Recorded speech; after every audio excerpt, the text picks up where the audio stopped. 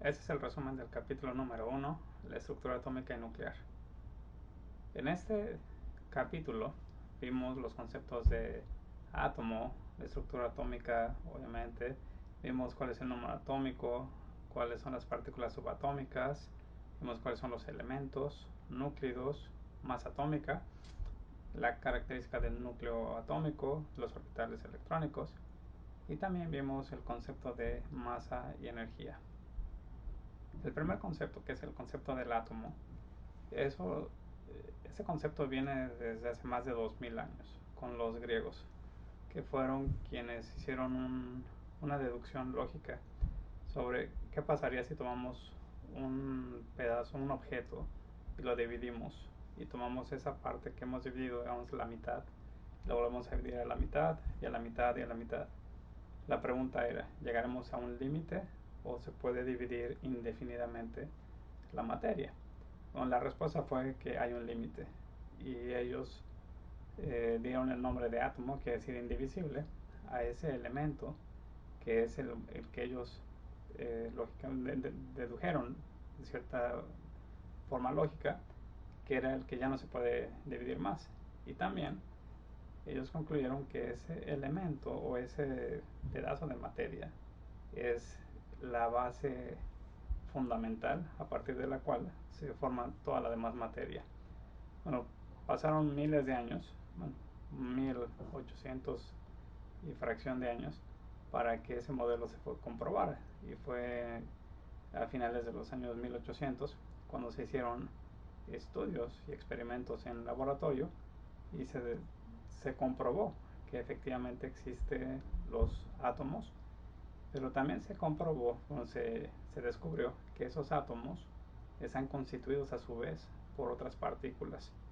Hoy en día sabemos que los átomos tienen un núcleo y tienen también tienen electrones orbitales alrededor del núcleo, similares a un sistema solar, en donde el Sol, alrededor del Sol giran los planetas. En este caso es el núcleo, y alrededor del núcleo giran los electrones. En el núcleo también existen protones y neutrones. Estos protones y neutrones se encuentran en el núcleo. De esa forma es como podemos saber cuál es la estructura atómica y nuclear. Bien, ¿qué pasa después? Cuando tomamos átomos y los unimos, esos átomos pueden generar o pueden crear o constituir un elemento. Un elemento es aquel el que tiene átomos de la misma manera, la misma estructura, la misma distribución electrónica, misma distribución nuclear. Los elementos son los que constituyen, obviamente, la materia. Al unir elementos generamos compuestos y así podemos ir aumentando más la complejidad. Bueno, elementos son únicos, los átomos de cierto elemento son únicos para ese elemento. El hidrógeno. Bueno, el hidrógeno siempre va a ser de la misma forma. El átomo del hidrógeno va a ser igual siempre. En nuestro caso, en rayos X, estamos muy acostumbrados a escuchar hablar de plomo. Bueno, si tomamos una lámina de plomo y quitamos quitamos átomos de esa lámina de plomo, vamos a ver que todos los átomos tienen exactamente la misma composición, porque son átomos de plomo. ¿Qué pasa con elementos que ya son elementos más pesados y que tienen una diferente estructura nuclear? Esos son lo que llamamos núclidos. Y sabemos que puede haber isótopos, isóbaros. Bueno, en el área de radiodiagnóstico no nos tenemos que preocupar por eso, pero hay otras áreas de la medicina como la medicina nuclear en la cual utilizan radioisótopos, tecnesio, por ejemplo, o también en la radioterapia utilizan el cobalto 60. Bueno, esos son elementos que van decayendo. De otra forma, lo que quiere decir es que tienen una inestabilidad nuclear. Eso lo vamos a ver en el capítulo número 2 y vamos a ver ciertos ejercicios de cómo existen o por qué se generan esas reacciones nucleares o decaimientos radioactivos. ¿Cómo podemos identificar a esos elementos? A los elementos los identificamos con el número atómico y el número de masa o la masa atómica. Vimos que para cierto elemento se puede clasificar con la letra X. La letra X representa en ese caso cualquier elemento: helio, hidrógeno, plomo.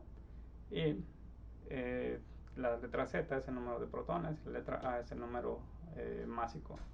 El número másico es los protones más los neutrones. Al final vamos a hacer unos ejercicios para revisar esos conceptos. La característica del núcleo atómico, bueno, ya discutimos cómo está formado. Los orbitales electrónicos, hay ciertas reglas que permiten que esos orbitales solamente acomoden cierto número de electrones. Y esos orbitales alrededor del núcleo se denominan por la letra K, L, M, N, y pueden tener 2 electrones, 8 electrones, 18, etcétera. Hay una fórmula para poder calcular cuál es el número de electrones en cada una de estas capas electrónicas. Y siempre va a ser la misma distribución, no puede cambiar. Al final del capítulo vimos lo que es el concepto de la masa y de energía. La masa es una propiedad intrínseca de la materia, cuantifica cuánto material tenemos, pero siempre hay una relación entre la masa y la energía.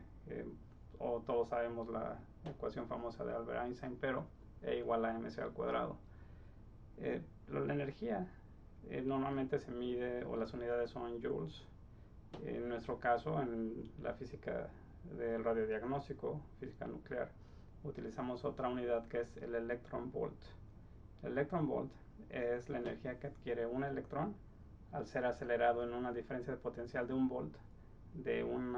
Obviamente va de la placa negativa hacia la placa positiva. Esa energía que adquiere el electrón es igual a un electron volt. Al final en los ejercicios vamos a ver un ejemplo. Bueno, así hemos llegado al final del resumen del capítulo 1. Gracias.